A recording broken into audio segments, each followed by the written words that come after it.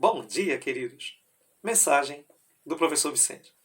Daniel, capítulo 7, verso 25.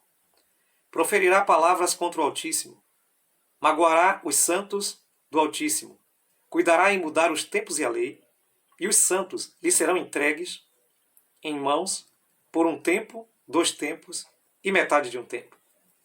Louvado seja Deus! Estamos estudando como interpretar as Escrituras.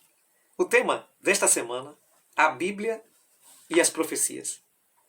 Hoje, terça-feira, identificando o chifre pequeno. Bem querido, bem querida, você já sabe que pode encontrar o nosso guia de estudo na Casa Publicadora Brasileira, sabe que pode participar conosco, portanto, dê like para entender que você está gostando. Faça comentário, faça perguntas, compartilhe esse material com outros. Inscreva-se no canal.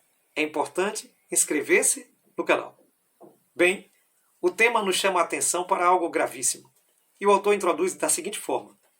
Durante século, os reformadores protestantes identificaram o poder do chifre pequeno em Daniel capítulo 7 e 8 como a Igreja Romana.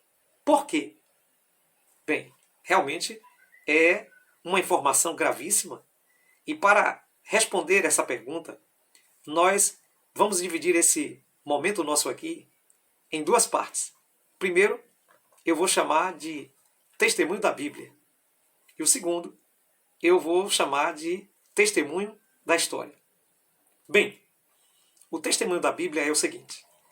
Os capítulos 7 e 8 de Daniel apresentam animais proféticos. Alguns animais que representam ali a ideia de governo, de reinos. Por que a gente entende isso?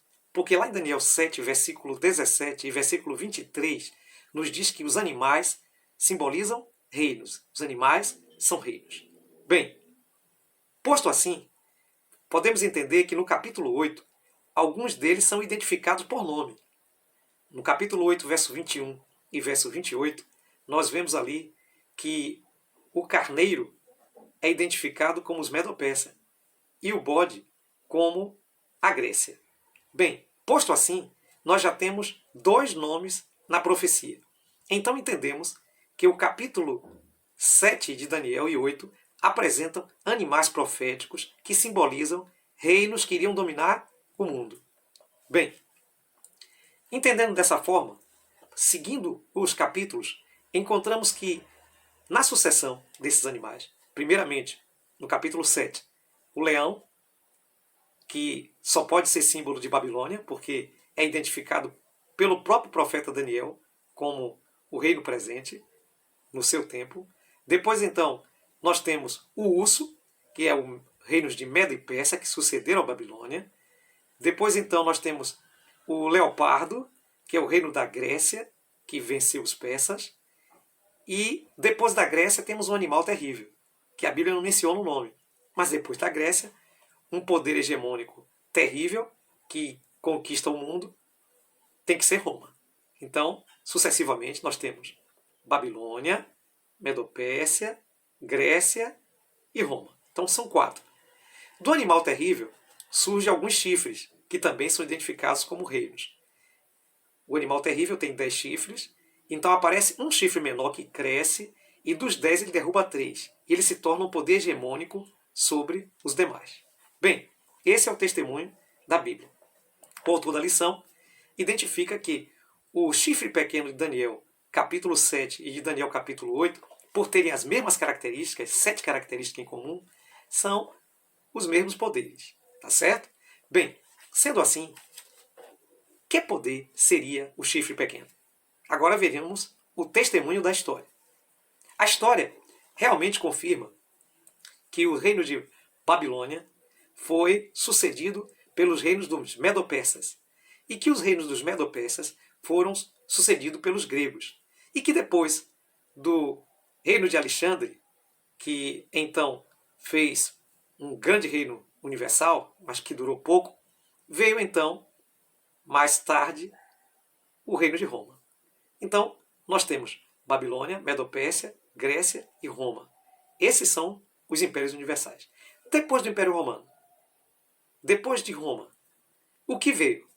Bom, a história nos orienta de que dentro do Império Romano mesmo aconteceu algo interessante que tem a ver com a Bíblia. Porque a Bíblia identifica o chifre pequeno como poder blasfemo e perseguidor. Então, significa que esse poder teria duas características. Uma característica ligada à religião, blasfema, falar contra a divindade ou se passar pela divindade. E a outra característica, perseguidor, que tem a ver com o poder político. Então, político e religioso. Bem, no próprio seio da cristandade surgiu então essa questão.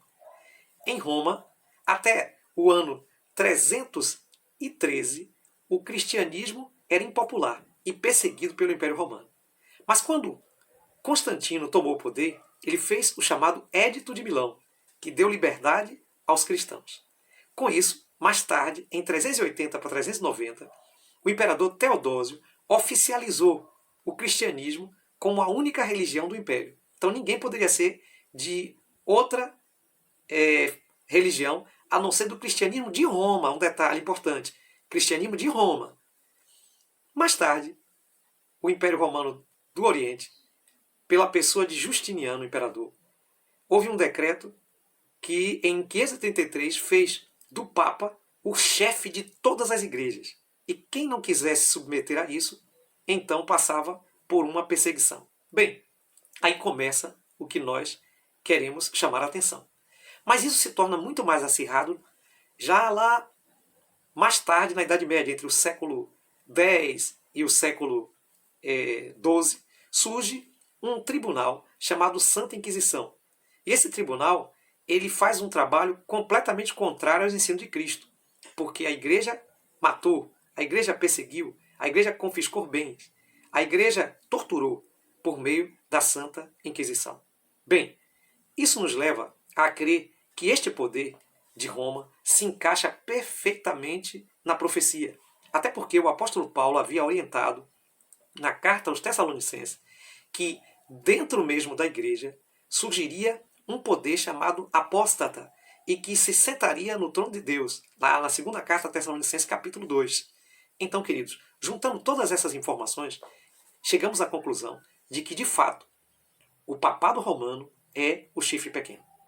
Bem querido, bem querida, se você entendeu a mensagem, se você realmente entendeu que o Espírito Santo trabalha em seu coração e que você tome uma decisão positiva com respeito a isso.